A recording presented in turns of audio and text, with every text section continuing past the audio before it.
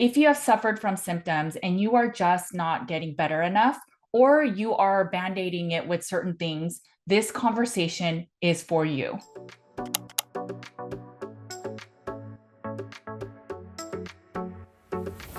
Hey guys, my name is Judy Cho and I'm board certified in holistic nutrition. And I have a private practice where we focus on root cause healing, and it often starts with the carnivore cures all meat elimination diet. Today, I had the pleasure of sitting down with Dr. Tania Dempsey. She is a medical doctor that has her own private practice where she focuses on mast cell activation syndrome, or MCAS, and also all things related to chronic illness. So vector-borne illnesses such as Lyme and its co-infections, as well as mold illness, parasites, and many other illnesses. Dr. Dempsey and I talk about all things carnivore plus MCAS plus chronic illness plus symptomology that we have experienced in both of our practices. Yes, Dr. Tania Dempsey is a carnivore, which I had no idea when I reached out to her, but I love her even more for that.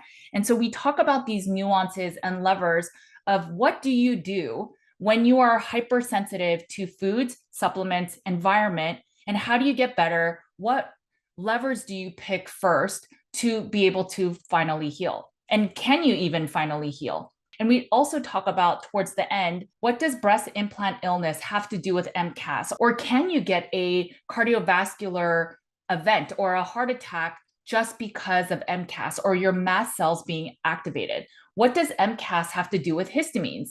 And how do you track, measure, how do you support, and what do you do, and where do you start?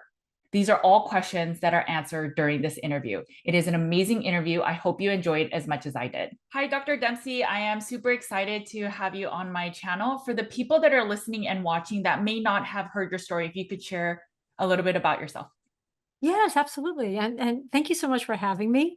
And I'll say that I am a big fan of yours. So where should I start? I'm an internist by training, and I entered the realm of integrative and functional medicine in 2011 after, seeing so many patients who were not getting better in the traditional medical model. And I've always been passionate about my own health and my family's health. And I had a hard time reconciling the message I was giving to my patients and what I was actually doing for myself and my family.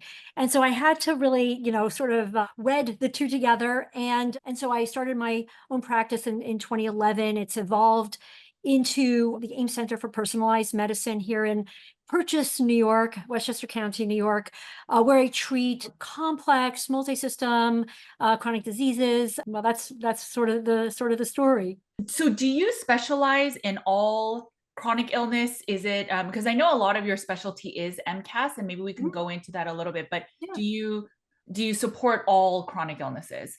Yeah, I do. Okay. I do, because I think there's such a connection between all of them, right? So when I first really discovered, I didn't discover MCAS, but when it first became when I became aware of MCAS, I should say, right around 2015, 2016, I was already trying to figure out root causes of, why people were not getting well. A lot of these patients had endocrine disorders, they had autoimmune disorders, they had gut disorders, they had infections, they had mold exposure, they had all these things that I was already dealing with.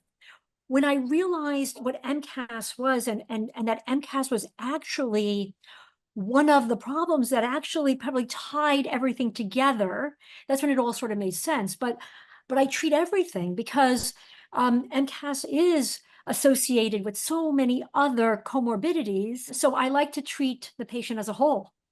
Okay, no, and it totally makes sense. I started with carnivore and carnivore cures elimination diet, and then you start working with the chronically ill, and you can't just stay with nutrition. And so that's why my messaging has changed over the years as well. So I totally get it. What is MCAS? If you can explain that, and what are some of the symptoms that are most commonly known for MCAS? Sure. So I think it might be helpful to sort of start at the real intricate sort of details on mast cell activation syndrome. Is a syndrome that's rooted in a problem with the mast cell. And I think so. Let's talk a little bit about the mast cell. It is a white blood cell. It's part of your immune system. It's part of what we call the innate immune system or the primitive immune system. And the primitive immune system is the immune system that's really there to directly react to the environment. In the mast cells, you have a lot of white blood cells that are in your bloodstream. Mast cells are not actually in the bloodstream. They're actually in all your tissue and organs. They're in the skin, and they're in the respiratory tract and the GI tract. So they're everywhere, sort of hanging out, waiting to deal with an attack. And so they are, everyone has them. And anytime there is a sort of attack of something foreign to the body, the mast cells will kick in and fight. And one of the ways they fight is they manufacture various chemicals. They're called mediators. And those mediators get released by the mast cell in a sort of like an explosion type manner. And one of the mediators that some of the listeners may have heard of is histamine. There are over 1,200 different mediators, actually, that mast cells can make. And not all mast cells make histamine, but because a lot of people have heard of histamine, we'll use histamine as an example. The mast cells will release histamine or will release various chemicals in response to something that it sees as foreign. In the case of allergies, mast cells are actually what's responsible for that allergic reaction that you might have to pollen, or let's say something that a peanut or a nut, if you're allergic to that. The mast cells, let's say, see that allergen, they will react, respond, release histamine, and that histamine is what causes the congestion or the throat closing or the swelling, causes a lot of that inflammatory reaction. But mast cells also play a role beyond allergy. So they're actually everywhere in the body, right? They're protecting the body, but they're also intimately involved with hormones. They're helping with growth and development. They're important in healing, in wound healing and things like that. So again, they're waiting. Everybody has them, and everyone, let's say, who's exposed to, I like to use an example of, if you're exposed to a cold virus, COVID, something, your mast cells will react, will respond, and you'll get you'll get congested, you'll get those symptoms. But then once the virus is gone, if your mast cells are normal, you just reset. You go back to normal, waiting for the next assault. In mast cell activation syndrome, the mast cells are abnormal at baseline. They're already dysfunctional. They're already leaking these various mediators, and they're leaking and they're causing low-level inflammation, sort of anywhere or everywhere in the body. When the assault comes, when there's a virus or mold or a stressful event or something you ate, there's so many things that can set the mast cell off. If they're already dysfunctional, they're even more reactive. It's a more vigorous response. And once the trigger is removed, the mast cells, because they were already dysfunctional at baseline, they sort of continue to sort of react and react and react. It takes a very long time to get them to sort of really calm down. And in some cases, they won't ever calm down completely. So mast cell activation syndrome is a multi-system, so it affects multiple systems in the body, inflammatory condition. That's the best way to describe it. And it can affect any or every part of the body. I would say that the vast majority of people have one or a few different systems that are involved. It could be neurologic symptoms that could be anxiety and depression. It could be migraines. It could be weird numbness, tingling. There are various symptoms that can occur in the nervous system, and they could have GI symptoms. They can have no GI symptoms and only neurologic symptoms. They can have neurologic and GI. They can have bloating and digestive issues and constipation and diarrhea, right? And in the skin, they can get rashes and hives, various weird types of things that can affect the skin. Wound healing is a problem if they get sometimes post-surgery, or if they get a wound, it takes longer to heal. It could affect the what we call the genitourinary tract. So ovaries and uterus and prostate. We have lots of mast cells in those areas. So if they're, reacting to hormones or some other trigger, that can affect the state of that area of the body. What am I missing? The respiratory tract, asthma, trouble, different difficulty breathing. It could be sinus issues. It could be really anywhere in the respiratory tract. It can involve the eyes. It can involve the ears. It can involve, right. So every single organ, the liver, the kidneys. So you can imagine really that mast cell activation syndrome can have a very wide range of manifestations, from very severe to very, very mild. Two questions from everything you brought out, and I thought that was such a great explanation of MCAS. And it is funny because in the carnivore community, there was this period where histamines became super popular, and everyone knew histamine. Not as many people knew MCAS, but just the more I research, I think it's more MCAS related than just histamine. Yes. You mentioned that MCAS is not really in the blood or mast cells, but are the mediators in the blood? Because I know, for example, in our practice, we'll draw blood for histamines in the blood. So can some of the mediators be in the blood? And then secondly, what causes, you mentioned that mast cells can become leaky and dysregulated. So what causes that compared to somebody that doesn't have mast cells? Great questions. So we'll start with the first one. The mediators are absolutely in the blood and more importantly, actually excreted through the urine. So we can measure histamine in the blood. We can measure histamine in the urine. We can also measure other mediators or metabolites of the histamine in the urine, like methylhistamine. There are prostaglandin metabolites that we can measure in the urine. We can measure chromogranin A in the blood.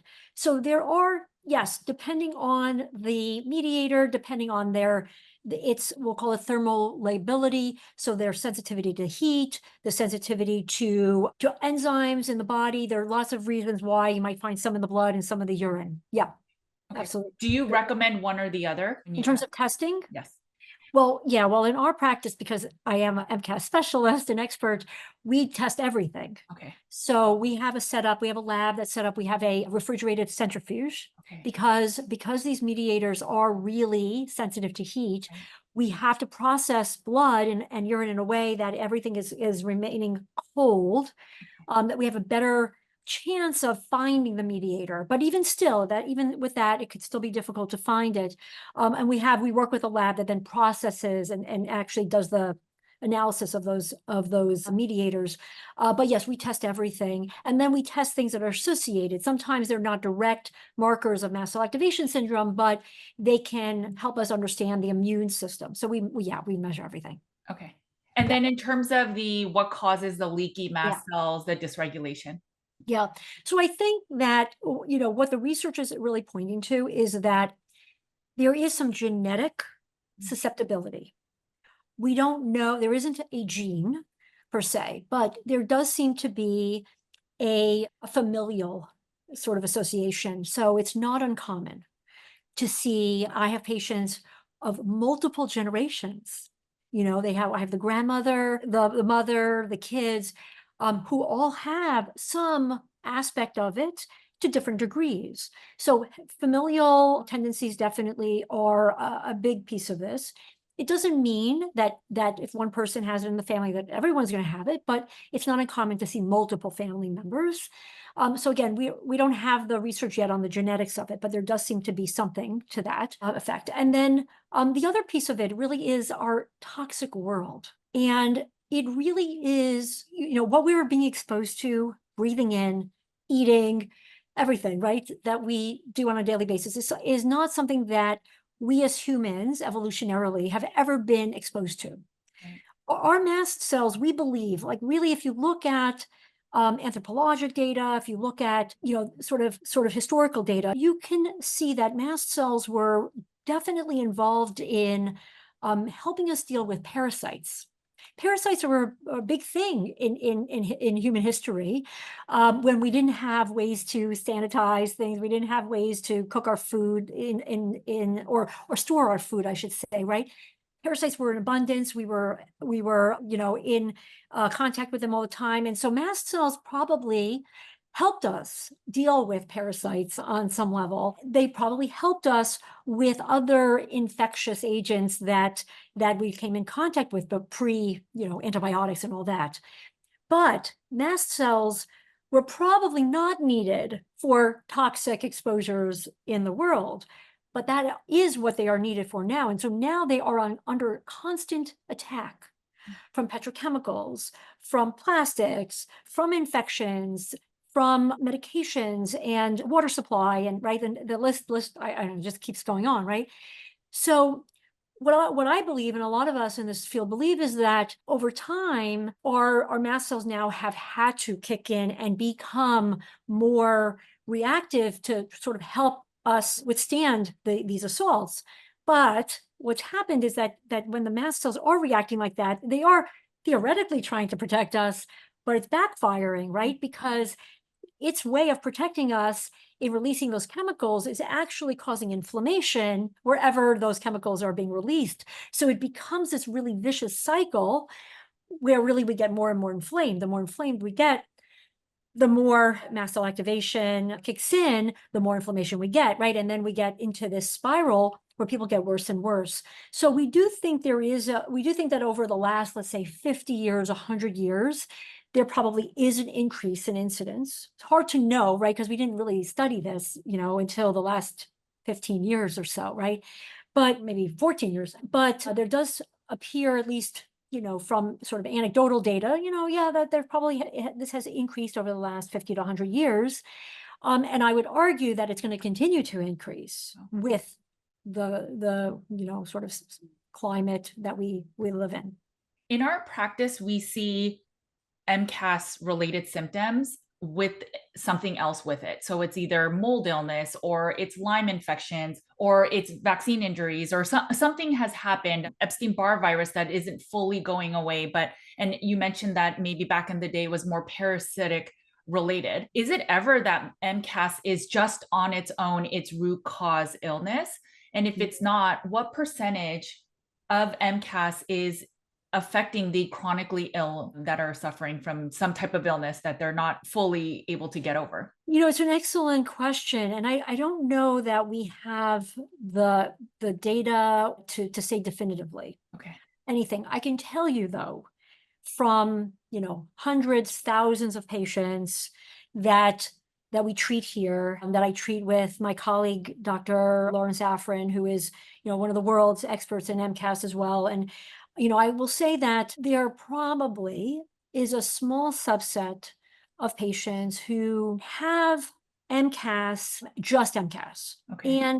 But it started from something, right? So maybe they were exposed very early in life to pesticides, various petrochemicals that triggered these mast cells to become dysfunctional. And then for the rest of their life, they're dealing with these dysfunctional mast cells. But when they're exposed to mold and when they're exposed to other things, they get activated, okay? So I think it's hard to really piece apart, what is just MCAS, because the reality is that MCAS doesn't exist in a vacuum. It happened because of some trigger. When you remove the trigger in a small set of patients, maybe their immune system can reset. I think that's a very small number. Generally, once there's a sort of an insult, what happens is these mast cells mutate, essentially. And it's hard to sort of undo mutations. So they will continue to react inappropriately. So I think you're right. I think my practice is similar in that, the vast majority of patients that we're treating have mold or vector-borne infections, vaccine effects, other traumas of various kinds, right? That are keeping them ill. But I would argue that many of them had a predisposition to having an inappropriate immune response to those things. Those things were not necessarily just the cause of their MCAS. So at the root cause, so I guess the answer to your question is, at the root, they have MCAS, but something started it. We may not ever really know what started it, but they have dysfunctional mast cells at the base. Most of these patients, when you take a history, you can tell from very early on there are themes of this sort of inflammatory, allergic sometimes, or abnormalities with growth and development. You have these themes that are there already, but there are various events over the course of their lifetime that have brought it out even more. And then by the time you're seeing them or I'm seeing them, right there, the mold has taken over their house, has taken over their body, and they're really bad. But I think that they already had some predisposition, not everyone, but the vast majority, at least that I see. The same with vaccines. And we published on this, actually, Dr. Afrin and myself and another colleague, Dr. Lenny Weinstock, published an article about post-HPV vaccinations and how it could escalate MCAS. And what we found is that in the patients that we were looking at, they all had the flavor of MCAS before they got the Gardasil vaccine, but that the Gardasil vaccine then triggered a POTS type picture, which then eventually was diagnosed as by us with MCAS. But all of the cases that we reported had histories that suggested that they had something abnormal before the insult. So the vaccine didn't cause MCAS, it just escalated it and brought it to the surface. Yeah, we see that a lot. So it wasn't that COVID itself, for example, or the vaccine of the shot of COVID, that might have been like the last straw that broke the camel's back, but it wasn't just that. They were always, maybe they were sicker when they were younger children. They tended to be home more often. Are there certain symptoms? Because you mentioned that there are certain themes that you see before that someone is really fully diagnosed with MCAS, and then they might end up having a vector-borne illness or the mold triggers. But what are some of the themes that you see? I know for one, for us, we see somebody might get mono or somebody might get EBV and then they're not fully over it, or they'll get food poisoning and their life kind of changes after that significantly. There's these little themes that we see as well. And one of the big ones is they were always sort of sick when they were a child. It's not always the case. Or it could have been, like you mentioned, the HPV one is sort of big with people that are in their early 20s, that they'll say to us, we've never been the same ever since that shot. But there's other people that get the shot and are fine. So I'm just curious your themes that you have seen. Yeah, the themes are very similar. I think you're seeing the same thing. Yeah, a lot of times you're talking about the themes of like what we see when they were younger, right? But before they, like, this person may Yeah. end up having MCAS or, the chronically ill subset. Yeah. So some of them, during their teenage years, they start to develop hormonal Okay. imbalances. PCOS is very common in MCAS. I would sort of argue that sort of MCAS may be what's causing the PCOS, but that's a whole other conversation. But polycystic ovarian syndrome, so they have, acne, they start having difficulty controlling their weight, or they start, they're craving a lot of sugar. They have like this insatiable appetite, hungry all the time. These are like common things that we see very, very often. Headaches. Headaches are very common. So like in childhood, they're 8, they're 9, they're starting to get headaches. They may wind up being migraines. They're often sick.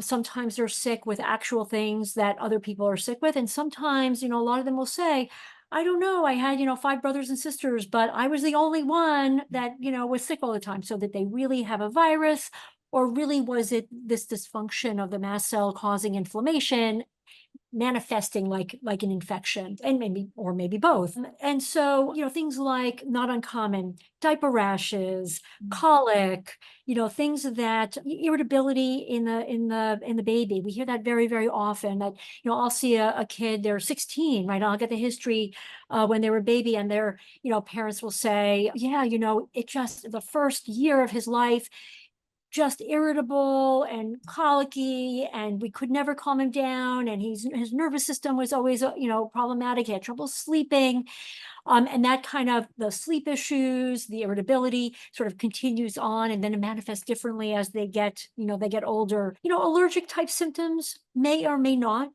be important in terms of diagnosing MCAS, and I want to make it that clear, because I hear this all the time from my colleagues. They'll say, well, the patient doesn't have allergies, so they must not have MCAS. They're not sniffling, they don't have hives. You don't need allergic type symptoms to have MCAS, but some patients do. And what's really frustrating for some of these patients is that they've been to the allergist, they've had allergy testing, They're not allergic to anything. And yet every time they go outside or every time they eat, they drink milk or whatever it is, they have some sort of reaction that they feel is allergic. And yet the allergy testing is negative. And so the truth is that they are reacting to those things. They're just not allergic. It's not an allergic reaction. It's a mast cell reaction, which essentially is the same thing, but just to a different pathway. So sometimes we see that. I have patients who have that history of, oh, I had hives all the time when I was, when I was young. And we hear these stories, but we never figured it out. And then it sort of went away for a bit. But then, when they're 15, they start having abdominal pain, and then they start having these other symptoms. So it's really, again, as I said earlier, every organ system, every body part can be affected, and can be affected to various degrees. There are, we estimate that about 17% of the population has MCAS, and that's based on a study out of Germany. Now, that study is already 6, 7, 8 years old. So I think the numbers are actually higher. I think it's probably closer to 20%. 1 in 5 people walking around has MCAS, but some people may not even know it. It's relatively mild. Some people, they pop Claritin, Zyrtec, whatever, and they don't even, know why, right? Oh, I think I feel better with this. Oh, I feel a little, sniffly. They'll never get a diagnosis of MCAS because they're, generally, functioning well. And then there are others right at the other end of the spectrum who are really severely afflicted. And I know you're seeing some of those patients. I'm seeing many of those patients, but it's a big number, 20%. In the general population, it's 20%. I do think, just a side note, that's interesting because in the Dr. Shoemaker SIRS community, his genetic haplotype, he says it's about 24%. I wonder how much of that is overlap. But in the chronically ill, so in your practice, well, I know your practice also has a lot more MCAS folks, but what would you say in the chronically ill, so the autoimmune, Hashimoto's, in that camp, what percentage would you say of those people have MCAS? So that's a really interesting question. And what I did was I did a retrospective analysis, and I presented this data at a recent conference, and I'm trying to publish it. So I'll share a little bit. So what I did was I took 70 patients and who came to my practice with, various complaints, multisystem inflammatory complaints. Some of them came with, question of whether they had MCAS. And some of them, really didn't know about MCAS, but they're just coming to me to sort of figure out why they're sick. So 70 patients. I did a full MCAS workup on all of them because they all had symptoms and a clinical picture that was consistent with that. They all underwent MCAS testing with, as I mentioned earlier, urine and blood testing. Some of them had biopsies of like endoscopies, colonoscopies. You can do a special staining on those biopsies and count mast cells. That's called CD117 staining. So we basically try to get a diagnosis for all those patients that came in. So 70 patients all get MCAS tested, and they all get tested for vector-borne infections.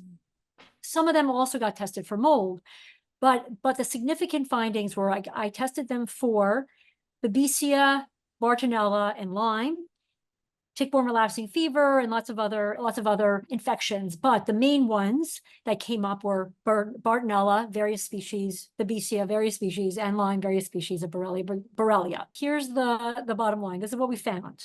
Okay. This was actually kind of mind-blowing for me. 70 patients.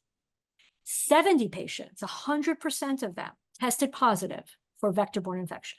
Wow. And the vast majority, and when I say testing, the vast majority of them had molecular testing that proved that they had active infection, not just antibody testing, not just Western blot testing. These are FISH tests or PCR tests, finding the infection in the blood. Okay, 100% of them had evidence of infection. Mind-blowing. Now I will say I practice in a very endemic area of the country. Okay, maybe that's part of the problem, but still, I think that's a big number. So I think that there's a very high percentage of people afflicted with vector-borne infections.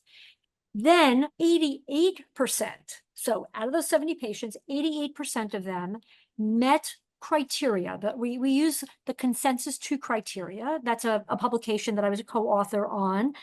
Consensus 2 criteria for mast cell activation syndrome, 88% of them, of those 70 patients, okay? Met those criteria fully, met those criteria based on, again, the diagnosis.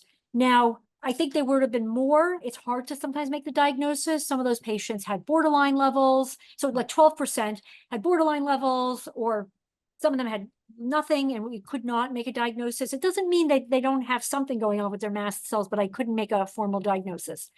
So those are big numbers, right? 88% of my chronic, so 70 patients that I'm looking at specifically. And I would extrapolate because those 70 patients are essentially like the other thousands of patients that I have. And so I think that it's 80 to 90% of patients who have chronic illness, those that you're seeing that are struggling, those that I'm seeing that have some aspect of mast cell activation syndrome at the rate. Wow. And you mentioned that 100% of them had some type of vector-borne infection. Did you happen to test in that study anything related to mold illness? So I did, but I have not done the full analysis Okay. yet, and I will, because I did do mycotoxin testing on Okay. as many of them as I could have. And so now I just have to do the data on that, and that I'll report on for sure. Because I'm guessing it's going to be pretty high too. It sounds like you see more if mast cell were coupled with something. It sounds like you see more with vector-borne illnesses than mold. Is that Oh, a no, no? no. Okay. Yeah, no, I think mold is a huge issue. And I think that the mold is suppressing the immune system, and the mycotoxins, right? They're suppressing the immune system and making it much more difficult to fight the infections. So that a lot of people are exposed to these infections everywhere. I think they just can't fight it. So I'm testing them for infection, I'm testing them for mold, and just have to do the analysis on the mold. But no, I think it's fairly ubiquitous in Okay. this. I went down the mold rabbit hole first, and just being fully candid with everyone that's listening, it's because in the carnivore community, there's a belief that Lyme can be healed, or chronic Lyme can be healed with just carnivore alone. And so I believe that, especially because I lived in California and Southern California, so there's not a lot of vector-borne illnesses there, although I know there's more now, but Well, there is. They just don't know it, but okay. that's fair. That's fair. I mean, but I know that there's more in Northern California, but okay, no, fair enough. And Yeah. so I focused more on mold because we started seeing it and people were getting the mycotoxin urinary test. And so we were focusing on that. And then what we found, as you mentioned, is that people's immune system, as we started using binders, biofilm breakers, and all the things that, and then getting out of mold and using air purifiers, the immune system started calming down and having less cytokines. And then all of a sudden, they're not feeling well again. And then when we've been doing vector-borne tests, and it's like, da-da, there's like Lyme that's been hidden. And your immune system could not see it because the mold was taking over the immune system, and the immune system could not see one from the other. And so I totally see that too. So when these chronically ill people come to you, what do you go after first? You have mast cell. I'm sure there's many other symptoms, and then there's Lyme and mold. So what do you start pursuing? And I know it's sometimes a mix of everything. There's also gut health, hormones. They need the energy, the dietary aspect of, they need to get off sugar so they have blood sugar balance. What do you start supporting first? Because for many people it just becomes overwhelming that I have so many different viruses in my system. I have an infection, I have mold, where do I get started? I don't have tons of money. So how do you start treating? So, as you said, right, it's going to be different for everyone. And I think about this conversation that I have with some of my colleagues, and we have these debates about, do you go after the mold first? Do you go after the Lyme first? If they're both there, which one do you do, right? And the reality is, it really depends on the patient and the circumstances. And if their diet is not really tuned in the way it needs to be, really on point, I might start with the gut and the diet. And sort of not ignore everything else, but just like sort of set the foundation. Sometimes the MCAS stuff has to be dealt with first, not because it's going to fix everything, right? If there's infection there, the MCAS is still going to be a problem, but sometimes they just need to calm down some of that inflammation in order for their immune system to be able to work to actually fight the things that we need, to fight. So it's really a little bit of a dance. I really think that I wish there was one straight path for everybody, but I would say, generally speaking, I'm setting the foundation. I'm looking at their nutritional status, because if their body is deficient, okay, if they don't have protein, if they don't have B12 and vitamin D and all the sort of important nutrients, doesn't matter what I do, right? Their body's just not going to work properly. So vitamin D is a mast cell stabilizer. It's important for the immune system. Sometimes the nutrients are the low-hanging fruit. Sometimes I have to figure out how to get them, in a better place. But sometimes their MCAS is so bad, they really only can eat 3 foods. Right. So I know that I'm going to have to maybe get at them at a different angle, right? So maybe I'm going to have to put them on some antihistamines or some mast cell stabilizers, then go after the food, and then go, right. Sometimes the problem really is that there is sort of a profound dysbiosis. There's yeast and parasites and bacteria in the gut, so they're not absorbing nutrients. They're reacting to all kinds of different foods, but so you sometimes have to kill before you do anything else, because then you're not really gonna go in circles and not get anywhere, right? So I think this is why I do personalized medicine. Right. You look at the patient, you listen to them, you figure out for them where it makes sense to go after. And sometimes you have to switch gears, because sometimes you think it's, it's one direction, and then it becomes obvious that, okay, no, we're going to have to, the mold is a bigger issue than we thought. Okay, no, that's where we're going to start. So I didn't really answer your question, and the people listening, they're like, well, so what do I do? I think diet, you brought up diet a bunch of times, for many people may not know, I am a carnivore myself. I do love that diet. But as you said, and one of the reasons I really respect what your message, and I've heard you, I've listened to your podcast, and I've heard you in various other podcasts. Your message is, the diet is important, but it may not cure everything, right? And it's sort of my message too. But sometimes you can't get better if you don't have the diet in place, right? And I think the carnivore diet can, for some people, really at least set that foundation so that we can actually do the other work that we need to do. No, I totally agree. And I think you did answer the question. There is no one answer, and I wish there was. So I healed so much of me by just the diet. And so I thought, okay, when I wrote Carnivore Cure, here's the answer that everyone's going to get better. And then you work one-on-one with people that are chronically ill, and every single person challenges your beliefs. And then you realize there's always going to be that one person that will challenge that, no, the diet itself will not work fully, because this person for sure is following the diet as clean, with the macros, with the supplements, with the gut supports, and they're not healing enough. I watched this webinar where this person said, if somebody has C4 or fungal overgrowth in their small intestine, just throw them berberine and a lot of it will get better. We work with people that berberine is super sensitive for the person. And so that's where I think what you share is exactly, it's the truth. It's just that everybody is so individualized. We will have to pivot.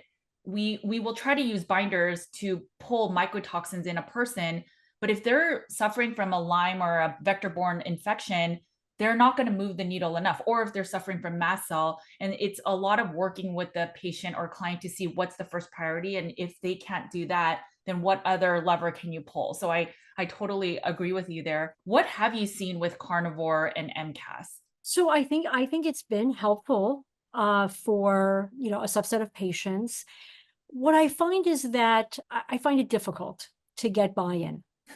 It helps that I'm a carnivore. Okay. Right. So I say to patients, I'm doing it myself. I'm not going to recommend anything that I haven't tried first, and I'm telling you that it can be done. In fact, I think it's easier than any other diet, but okay, that's just me. Sure. So I talk to them about myself, and I say, look, this is what I do. I think that, this may be something that we can try.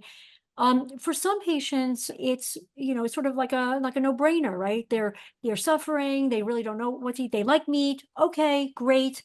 Get them on board. And I have a number of patients who have had miraculous responses, like almost like mind-blowing, until they start to cheat, right? And then they don't know why they're flaring more, right? And you're like, maybe it's the chocolate that you're having, maybe it's the whatever almonds, but really sometimes I'm thinking, yes, they still are on some mast cell stabilizers, but they do that diet and everything sort of calms down.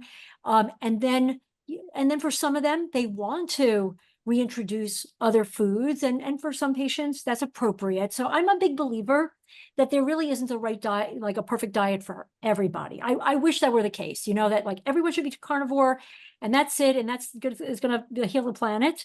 I think carnivore is amazing. It's been amazing for me. I wish everybody could be carnivore, but I don't know if everyone does well with carnivore. Like I haven't been able to prove that because it's hard to get a lot of buy-in from everyone. But if I can get patients to a meat heavier diet, right, that already moves the needle a little bit. Now they're getting protein, which, really, I think so many people are under-proteined, under-muscled. And so just doing that, now they have, a little more energy. Now they didn't realize they weren't eating enough. That can make a difference, right? So even if it's not 100% carnivore, for me, just making sure that for a lot of them that they're getting adequate sources of animal protein, ideally. The toughest cases are those that are vegan. That is by far the hardest. They are the sickest. I'm sorry to say that.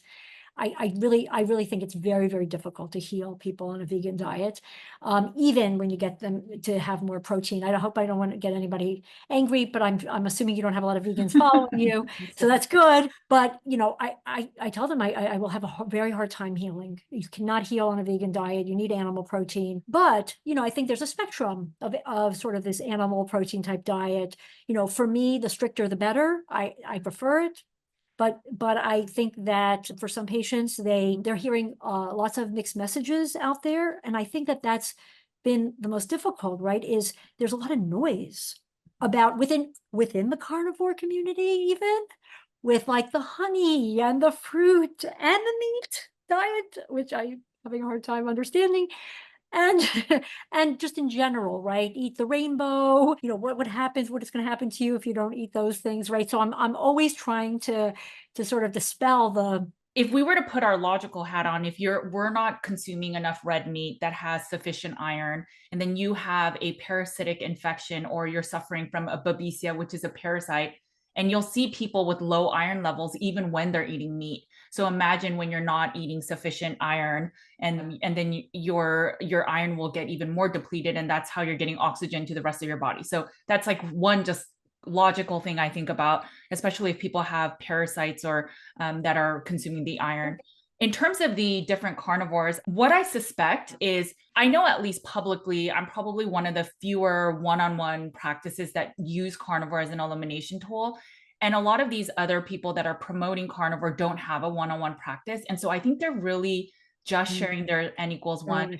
Some of the people that are sharing the fruit and honey, I suspect they have something more root cause and they are trying to just fix with the diet.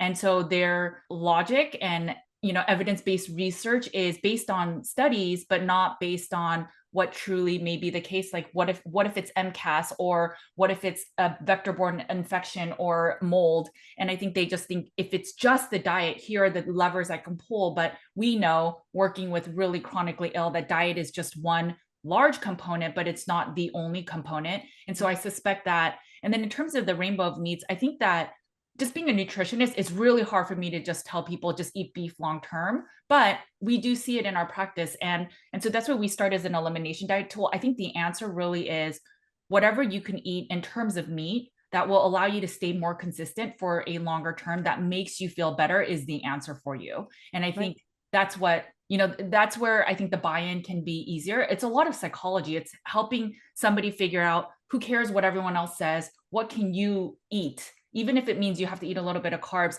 if you can eat sufficient protein, then I can be happy with that. If you can at least consistently eat sufficient protein. Yeah, 100% agree. Yeah.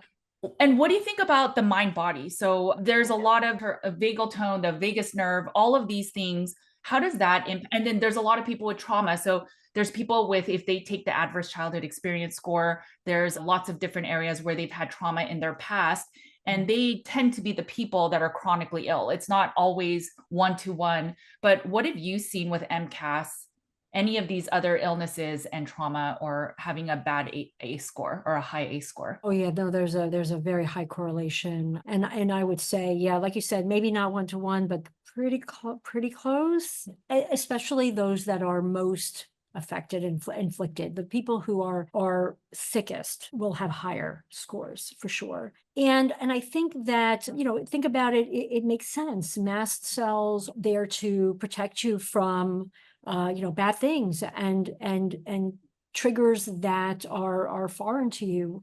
And that includes stressful events.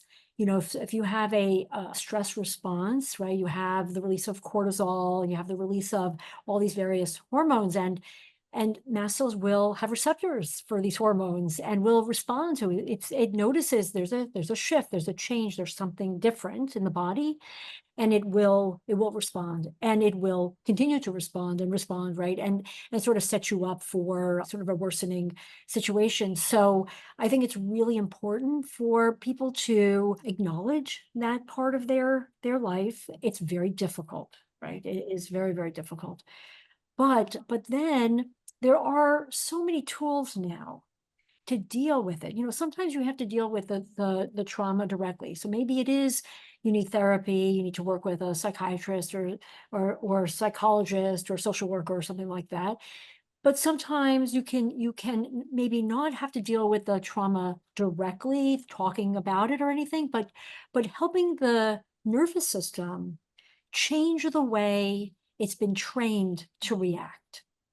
And so, really, if you think about our nervous system, we have the autonomic nervous system is designed, it's the automatic nervous system. So it sort of controls your heart rate and it controls your breathing, things that you don't think about. It's automatic. That's what the autonomic nervous system does. And there are two parts to that autonomic nervous system. There's the sympathetic nervous system, which some people call the sort of fight or flight part of the nervous system. And then you have the parasympathetic, which is rest and digest. Okay, those are sort of like the easy ways of thinking about it. And I think that patients who've had significant traumas of various kinds or stressful events in their life are living in a sympathetic, highly sympathetic sort of place, or they're just, they're always in fight or flight. They're always making lots of cortisol and adrenaline and all that, and so that their body's used to that.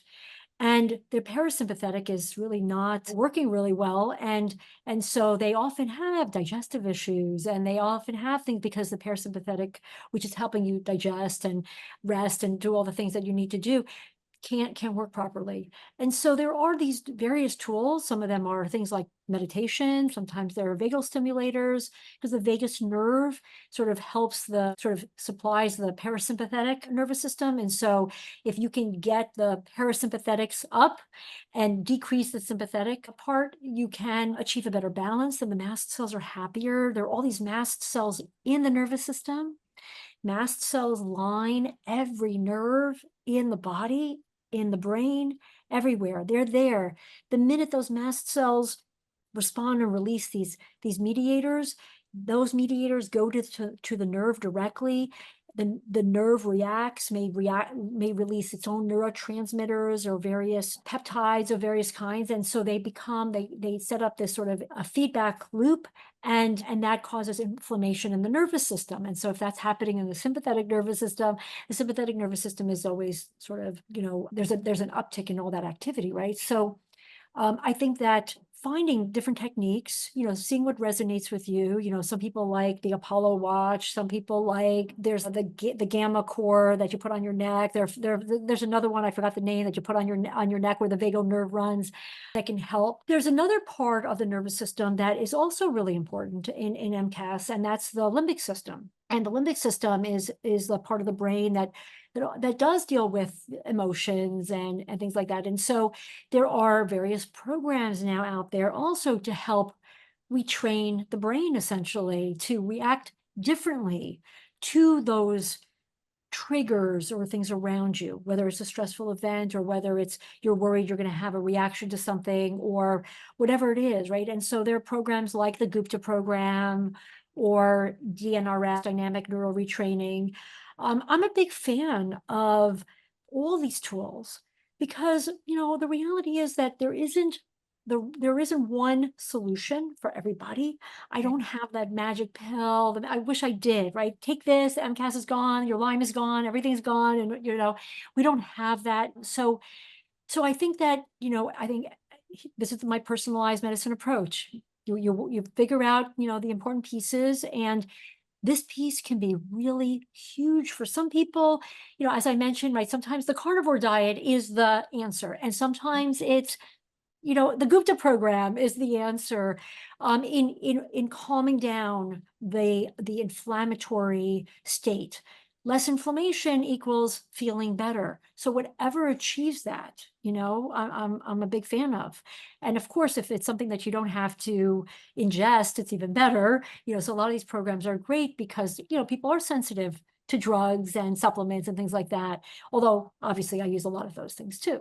If someone were to do like the limbic system retraining and they get on a diet, they go through protocols for the vector-borne illnesses and get out of a moldy home, is it possible for mast cells? I mean, I think you kind of alluded to in the very beginning that it may never get re-regulated fully, but have you seen people in your practice where when they do all that work, which I know is a lot, but that they can just have a normal mast cell system? So I'll put normal in quotation marks, okay? Because I do think that people can live, I mean, that's my mission, right? I want them to live full, productive lives, right? Our goal is to heal people and then for them to live and feel good and enjoy their life. I think, and absolutely, you can achieve that, right? Otherwise I wouldn't do the work that I'm doing, right? I absolutely think that people can get better. They can get more than better. They can do a lot that they never could have before. But the thing that they have to remember is that there is still a predisposition to having that abnormal immune system. So their mast cells may be quiet, right? Not normal, but quiet. Okay. Things have, you've cleared the mold, you've cleared infection, you've cleared the parasites from their gut, and the SIFO and the SIBO and all that stuff, right? So now they're eating and digesting, and they're absorbing their nutrients, and they're feeling better. And now they're starting to exercise, and now they're starting to do, feel better and not react to the world around them, right? But if there is a major trigger, they may react again, but the load, they may need more to react. I'll give you an example. So I have a patient who, did a lot of work, got her much better. Mold was a huge issue, but she had some underlying infections. But once everything was sort of taken care of, she really felt great. She goes to a hotel. There's probably some mold in the hotel. She notices it. And what she says is that, it's interesting. I had a reaction, she says, but I wasn't really sick. I remember, 10 years ago, I would have been sick and sick for, months after that one exposure. She leaves, she takes her binders, she knows how to do it. In 2 days, she's better. Before it would have taken her a year to get better. So I think that you can get the body to be less sensitive to those triggers that are going to be a problem. You do have to be a little more vigilant in general. And I think we all do, because we live in a world that is a little bit more toxic. It's a little bit worse than 100 years ago or 1,000 years, 10,000 years ago. That's our reality. And so because of that, I think we all have to work harder at what we put in our body, how we live our lives, what we do with our lives. And so I think mast cell patients maybe need to do a little bit more, like not in an obsessive way, but just understanding that there may be that susceptibility, and not to be surprised if something comes up, but now you have tools to knock them back down much quicker than you did the first time. Right. And that's exactly the same thing we see with whether it's carnivore people know that if I start feeling unwell, they'll go stricter back to just beef salt and water. Or if it's mold, they know as soon as they leave the place, they'll get on a binder. They just know and have the arsenal of tools that they need to use. So I fully agree with you there. In terms of the mast cell supports, we've had a variety of clients use LDN, cromolyn, ketotifen. Some people do really well on them. Some people are sensitive to everything. Then they'll even start with like perilla seeds. I forget some other, the DAO. There's all these other supports, but nothing really works enough. And maybe they're just maybe they still have an underlying infection and that's why they're still hypersensitive. Any thoughts on, do you have any favorite supports you use for mast cell? And then what do you do if you're hypersensitive that you can't even tolerate any of those? Right.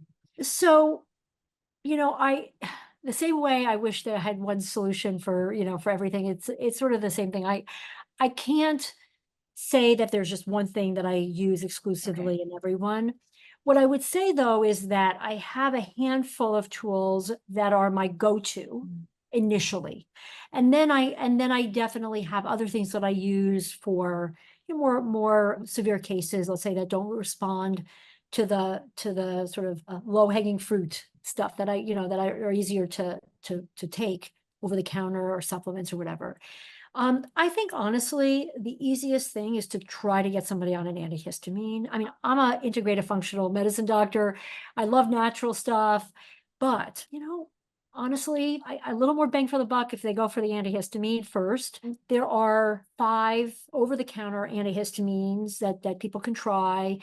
There are different Claritin, loratadine, that's the class, and then there's Zyrtec, cetirizine, there's levocetirizine, which is Xyzal, there's Allegra, fexofenadine, and then there's Benadryl or diphenhydramine. And then there's some prescription ones, and then there are different formulations within each one. There's there's quick dissolvables, there's tablets, some tablets have lactose, some tablets have different ingredients. So the challenge is that mast cell patients can be sensitive to excipients. The excipients are the fillers that are used. They could be dyes, could be lactose, could be povidone, could be magnesium stearate, could be microcrystalline cellulose. So there's so many, the list goes on. So the challenge really is that patients have to really sort of figure out if they do have any of those sensitivities, and maybe one brand of Claritin will work better than another brand of the generic, or the generic may work better than the brand. So it's a lot of trial and error. But I do usually recommend people start there and try to figure that out. Let's say they can't tolerate that. They can't tolerate any other, supplement. So they're exquisitely sensitive. My way of dealing with that is compounding can be very, very helpful because you can eliminate a lot of the excipients. Right. Sometimes some compounding pharmacies, they're amazing. They can just use the drug and some water, or the drug alone. And the patients, we are taught how to sort of dose. They're almost like micro-dosed to see if they can tolerate the drug. Because when they're really sensitive, what we don't know is if they're reacting to the active ingredient or the inactive ingredients. So we do a lot of that trial and error. Sometimes, we'll try something topical instead of oral. Maybe their mast cells in their gut are worse than their mast cells in their skin. So maybe they can absorb something through the skin. So there are lots of tricks that we use for those that are really, exquisitely sensitive. And I would say that really the vast majority of the time, I can find something that they can take. But it can take some time to figure that out. Even the supplements have excipients, and sometimes that can be a problem. So sometimes we have to compound supplements. I mean, it's a little bit, sounds a little crazy, but it's really not. It's really like it's very easy and accessible if you have the right medical professional to work with you to sort of figure that out. So that's sort of my approach. You mentioned LDN. I definitely use a lot of, I would tell you, like, the top things that I use: the antihistamines, those are H1 blockers, H2 blockers. They get a bad rap. A lot of people worried about stomach acid and things like that. And honestly, I've seen patients' conditions to completely, resolve or go into remission just with an H2 blocker. So they're great tools. You just have to, yeah, sometimes make sure that they, have enough stomach acid, or they're getting the nutrients that they need. Quercetin can be helpful for some patients, but not for all. There are definitely patients who should not take quercetin. Vitamin C is a natural antihistamine. Ketotifen is a mast cell stabilizer with a little bit of an antihistamine property. It needs to be compounded, but it is available in an eye drop. Cromolyn is a mast cell stabilizer. And then you said low dose naltrexone. Those are probably, the top things that I turn to. Diamine oxidase is definitely something that I use a lot of as well. And I have patients where that really makes a big difference. But histamine is certainly, diamine oxidase is an enzyme that breaks down histamine. Right. But there are patients where histamine is not the problem at all. It's another mediator that the mast cell is making. And so, trying to figure out how to target the thing that the mast cells are making sometimes is a little bit of, throwing a dart at it, like trying to figure out, is it prostaglandin, or is it something else? And sometimes we don't know just by testing. And so it is a little bit of trial and error to figure out what is going to calm the mast cell down. And at the end of the day, for some patients, it's very clear their response. It may not fully, resolve all their symptoms, but they definitely notice that things dampen down. They feel less, let's say, less irritable. They feel less foggy. They feel like whatever their symptom is, they get some response to some of these things. And in some cases, yeah, they have infection, gut issues, mold, all the stuff in mast cell targeted therapy in the world is not going to be enough to, get them out of it. It's like, carnivore diet alone may not do it either, right? But these are all really important tools, and again, for some patients, can make a huge difference. So if I can summarize just the medication support supplement part, I've even done research where if you take, I know people that take allergy or antihistamines 365 days a year because they just have sinus infections or they have some type of allergy to seasonal stuff. And actually it's not seasonal because it's all year round, but they also suffer from depression. And so I always wondered, because some of the medicines can contribute or exacerbate those low moods. And like you said, there is some of that thought about taking H2s can reduce your stomach acid, and then without stomach acid, you won't digest and break down and assimilate. But for every individual patient, it's more about what's the risk versus reward in terms of if they are down because of mast cells, then maybe using these antihistamines will reduce the overall inflammation in the body, that they can get better, and then maybe they can get off those medicines. Is that sort of your approach? Yeah, listen, I think that it would be nice to have people on the least amount of medication possible. Okay, that would be a nice. I think there are people who should stay on antihistamines for their whole life. I really don't think they should be off it, because when they go off it, they definitely will flare.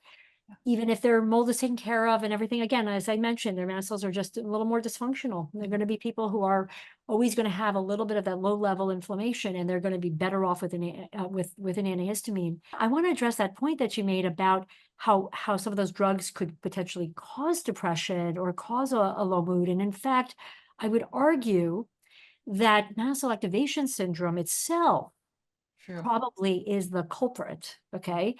And if you think it's the medication, then I would say it's the excipient more likely than the drug.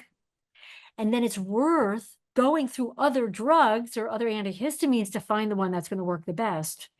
But I have treated many patients with anxiety, depression, OCD, ADHD. Many of these conditions can be helped to some extent, and sometimes fully, depending, with the right mast cell targeted therapy. Maybe antihistamines in some people, it may be ketotifen in another person, it may be LDN in another person, it may be a supplement in another person. There really are lots of tools. But I would say that it's exquisitely rare to see depression caused by the antihistamines. Okay. And in fact, if anything, I see more the opposite. No, and that's fair. So we do see someone have a mast cell flare, and it will absolutely affect them neurologically, where they are down for the count, super negative thoughts, really, really low mood. So you're absolutely right. It's just so easy in isolated, research where you're like, this medication can cause this. And I think a lot of the people that come to a carnivore diet, the standard care has not worked.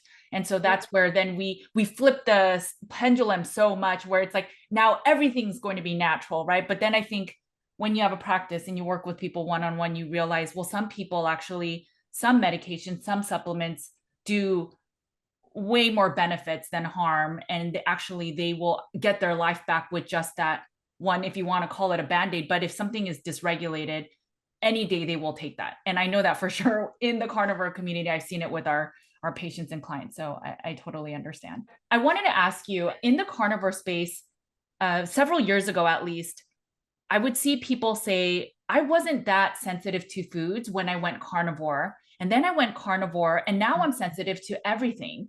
And carnivore has ruined me because now I'm histamine sensitive.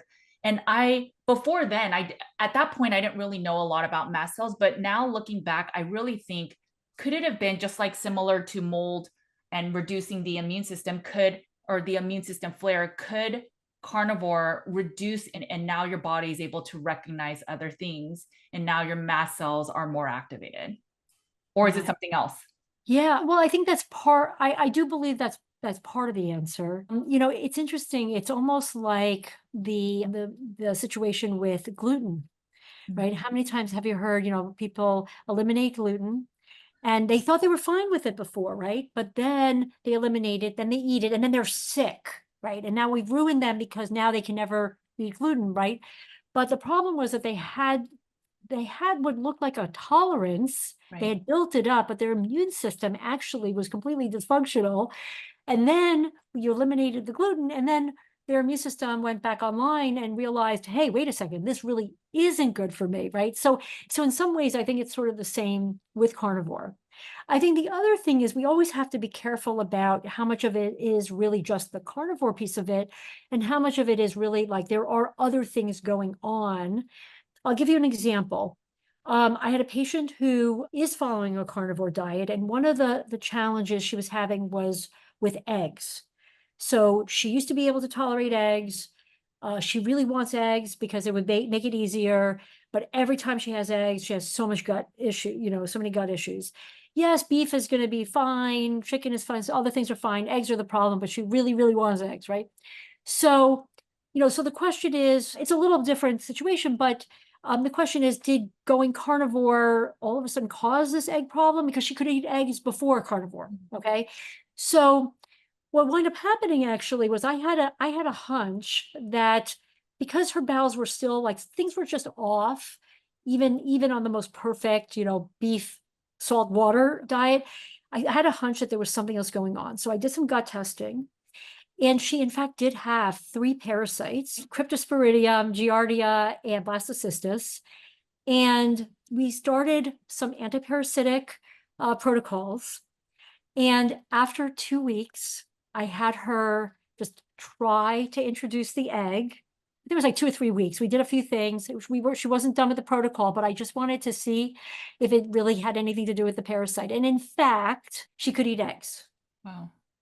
Totally fine every single day while she was doing the parasite protocol. And so she's actually now like sort of finishing it up. So we'll see. I want to see what happens when I take her off it. But it's incredible. Like I learned something every day. So what I learned is parasites are such a huge issue. I think parasites, intestinal parasites and blood parasites, the Babesia, by far are just like hands down, along with mold, are like the thing that's really causing so much upheaval in these patients. This reactivity, all the stuff I think is parasitic. And you start treating the parasites, and all of a sudden the reactivity to the food is different. So that doesn't completely answer your question, but I do wonder a little bit on these patients who have gone carnivore, where you sort of cleaned up a lot of stuff. You got rid of a lot of the inflammation, but maybe there really are still parasites there, or maybe there's still something there that the carnivore diet in a way is allowing the body now to kind of realize. And so then you clean that up, and then maybe they are not as sensitive to other foods. So we'll put people on like a parasite protocol, for example, from Cellcore, and they are super sensitive, especially Oh, for products. yeah, it's a tough Is one. do you first put them on mast cell and then try to go after the parasite, or is it just again very individualized? Yeah, I mean, I try to really mast cell stuff is really almost Okay. always first. Okay. I mentioned like their foundational stuff that I do, but the mast cell stuff is definitely first. I do cell core for sure. I will say that antiparasitics that are like drugs tend to be sometimes, believe it or not, easier Okay. and more effective. Mm. I love herbs. I use a lot of herbs for a lot of things. I use herbs for Lyme and Bartonella and Babesia and gut dysbiosis and SIBO and things like that. So just to be clear, I do sell core stuff, but I have found that in the parasite realm, a short course of some antiparasitics sometimes can lower the load enough that when you go in with the herbs Okay. to take care of the rest, people actually tolerate it better. No, I that think the totally. herbs are just not strong enough in the beginning. I think that's part of the problem. It seems like it's too strong, so people are having die off. I actually think it's the opposite. Mm. It's not strong enough, and then the bugs are actually becoming a little bit more activated. You almost need to like Okay. squash them.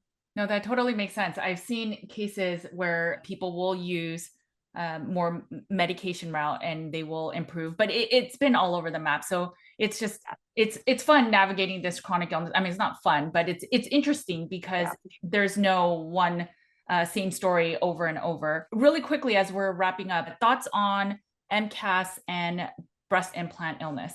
Yeah. Yeah. So I just participated in a breast implant Oh, illness. There was a summit. summit. Okay. Yeah, which I have to find. I don't remember the dates, but I can get you the dates on that. I think Okay. it's coming up. It's going to be released, or either just released or it's going to be released soon. So I was interviewed for that.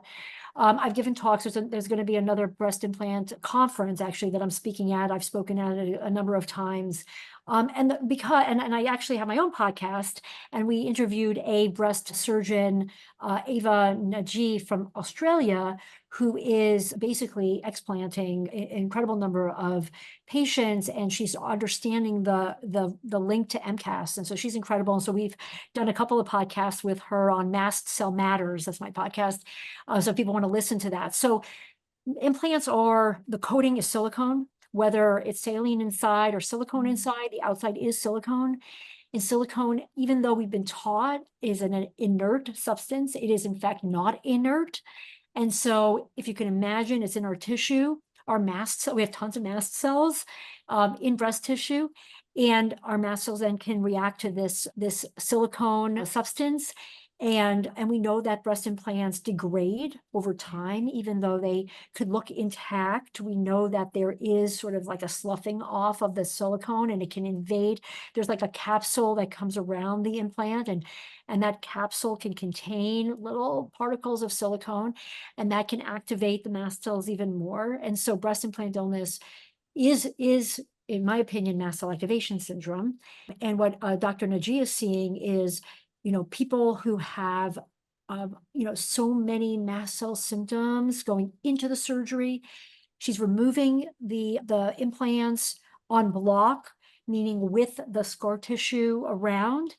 And literally, they're waking up from surgery with a huge reduction in their MCAS symptoms, like almost immediately, like that foreign thing that's in the body. I said earlier, right? Mast cells are there to protect us, and silicone is not supposed to be in our bodies.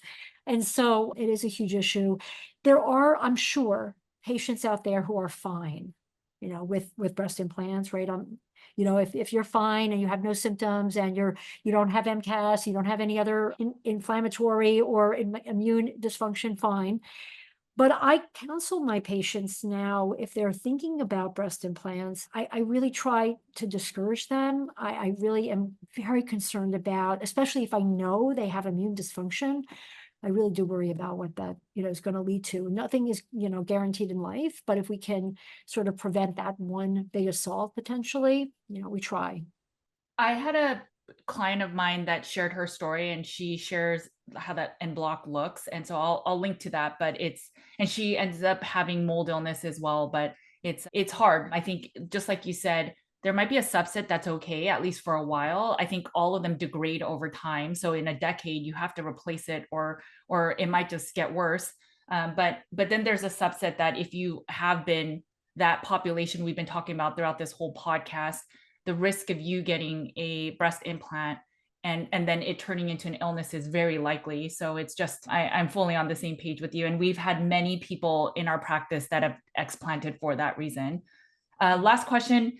I know this is a big one, but what about heart health and MCAS? You know, a lot of people talk about just the diet or stress levels are the causes of heart disease. I had someone on that recently talked about mold illness and mycotoxins affecting heart health, but what about MCAS and heart health? Yeah.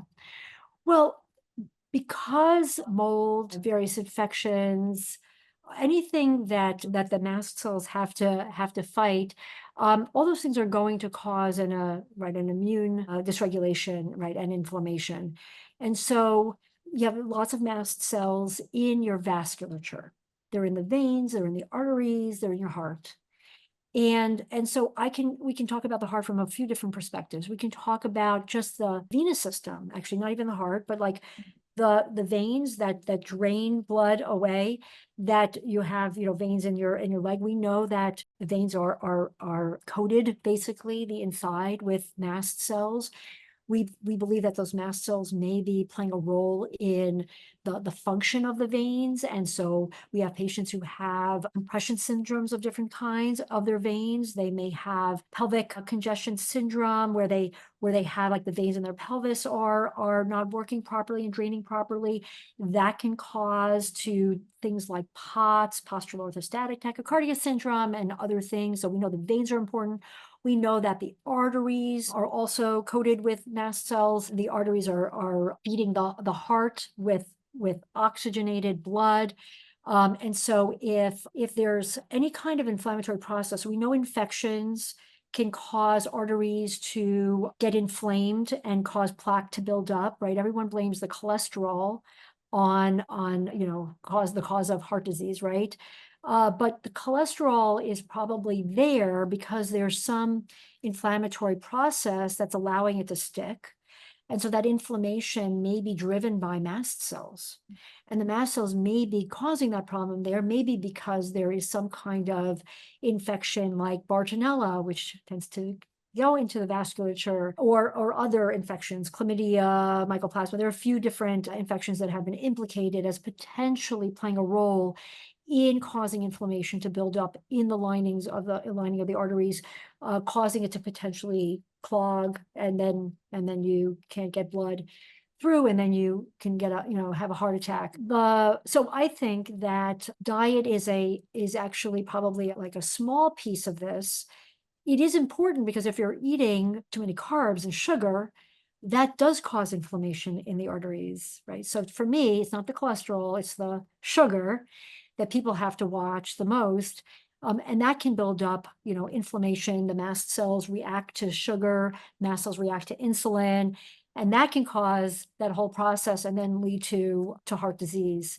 So there's a lot of things we can talk about the heart. It is a big topic, but there is a condition called Conus syndrome, which is basically a spasming of the artery that are caused by the mast cell releasing the cytokines that cause that artery to close, and it can lead even to a heart attack. There's no plaque there. There's no cholesterol.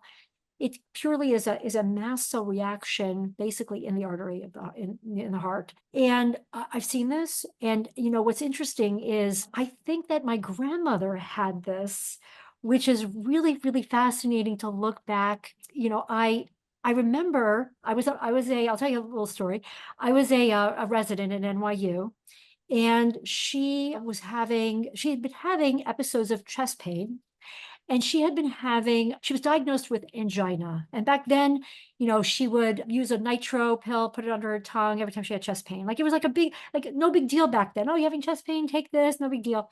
So she was having these weird episodes of chest pain, and eventually it led her to go to the hospital. And they did a cardiac catheterization, and they said, the arteries are clear. We don't know what happened. And I remember to this day, like, well, why would she feel like she's having a heart attack, and why would her arteries close if there's nothing there, right? I never understood it Right. until I started studying it, and then I realized that, she had some symptoms that made me think that, like, I bet you she had it, and she probably had Cota syndrome, and the poor thing wound up in the hospital so many times thinking she was having a heart attack, and had I known, when I didn't know back then, had I known, I would have put her on an antihistamine, or I would have put her on some muscle stabilizing, stuff. So I think Cota syndrome is a really, really important condition, for some patients. So it's really like an allergic, quote unquote, allergic mast cell reaction in the artery.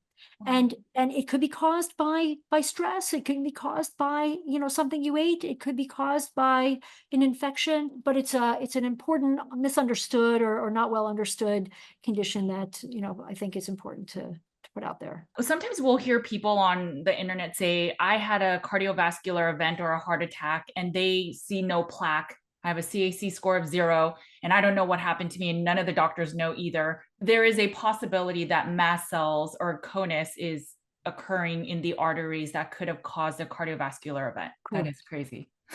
Okay. I know. So, Which is why the more we talk about it, right? The more you see that this mast cell activation syndrome must be very common, yeah. right? 17 to 20%, maybe more. Look at all the different systems that can be involved. Look at all the different symptoms that can be felt. It's really kind of, yeah, it's incredible. I mean, when you say that in your practice, you use antihistamines first, the over the counter, and they can do wonders. I wonder how many people are unknowingly treating MCAS by just taking an over the counter Yeah. antihistamine. And so, could that number, the 17 to 20, be way larger, but they're just self medicating so no one will ever know and it'll never be part of the population count? It's Yeah. just, it's Yeah. crazy. No, it's crazy. And it is. And what's interesting is I, talk to people, not just patients. I was on vacation, I'm talking to people, and people are telling, like, they don't even know I'm a doctor. We're just having conversations, and they're telling me these reactions they're having on the, like, oh, they're reacting to something that they ate, or they had some rashes. And I'm listening to this. And it is like almost like every other person is telling me a story about some quote unquote reaction they're having, and then they're taking Benadryl, and then they're taking, right. And I'm listening to this and I'm thinking, oh my gosh, I can't believe how many people I'm thinking it's the patients in my practice. Of course, I see a lot of it, but then you start seeing it's just almost like everybody out there. It's kind of incredible. Not everyone, obviously. I'm exaggerating, but it's pretty prevalent. No, absolutely. I mean, I could probably talk to you all day long, and I'll have to have you come on again. And if there's people that have more questions, like, please leave it in the comments so I can Yeah, create another set of questions for you. If you can that's share, great. do you work with people virtually too, or is it just specific to New York? If you can tell people how they can work with you, what social media platforms you're on, and then if you can mention your podcast again. Yes, absolutely. So my practice is AIM Center for Personalized Medicine. We have 3 providers right now, myself, Dr. Larry Afrin, and Dr. Colin Renaud, who's a PA and with a chiropractic background. And so we're all seeing MCAS patients. We're all doing that work. Dr. Renaud and I are doing more of the mold, vector-borne infection, sort of trigger stuff. That's more in our wheelhouse. I'm, currently 2024, closed to new patients. I need more help in the office. So if there's anybody out there who knows another PA, NP, MD, ND, DO, please send them my way. I really do need more help. I'd love to train another person to work with us here. But hoping in 2025, I'm going to open up again, but the other 2 have room in the practice. We do require patients to come in person Okay. for the first visit to establish care here. We are licensed in a few states around the country. We're working on more. So we're not a purely telemedicine visit, but we can do telemedicine after we've, seen patients in person. So there's some nuances with it there that my staff can share. Let's see. So that's the practice. We do a lot of other things here. We do IV therapy, ozone therapy. We have a red light bed. We're doing a lot of cool things here that I'm excited about. Social media, Dr. Tania Dempsey on Facebook, Dr. Tania Dempsey MD on Instagram. I think it's Dr. Tania Dempsey on YouTube. I'm just starting to build it up. My podcast is Mast Cell Matters. Okay. And it's on the platform. It's on its own, but you can also find it through another podcast called Standing Up to POTS, which is a podcast about POTS, or postural orthostatic tachycardia syndrome. But we have our own sort of, we're a spinoff of that podcast, and I've been interviewing lots of experts, and it's been really fun. And I think that's it. That's all I could think of. Well, we'll have my team put all of the links in the show notes so people can find you. I Awesome. think so many people in the carnivore space are suffering from mast cell. And I think the more we talk about it and we can label or vocalize or verbalize symptoms so that people understand, hey, this is just not a normal, I'm just feeling this way. I don't know why, but maybe you are suffering from mast cell and there's something you can do about it. Or there might be an underlying infection or mold somewhere. And by reducing that, you can live your full life. So I think what the work you're doing is so, so very important. Thank you. And thank you for the work that you're doing. Thank you. And spreading the message. Well, we'll have to have you back on, but thank you so that. much again for all the information you shared, your study about the 70 patients. I'm really looking forward to it coming out. And once it does, please let me know and I'm happy to share even in my Definitely. newsletter. So thank you. Well, thank you so much for your time again.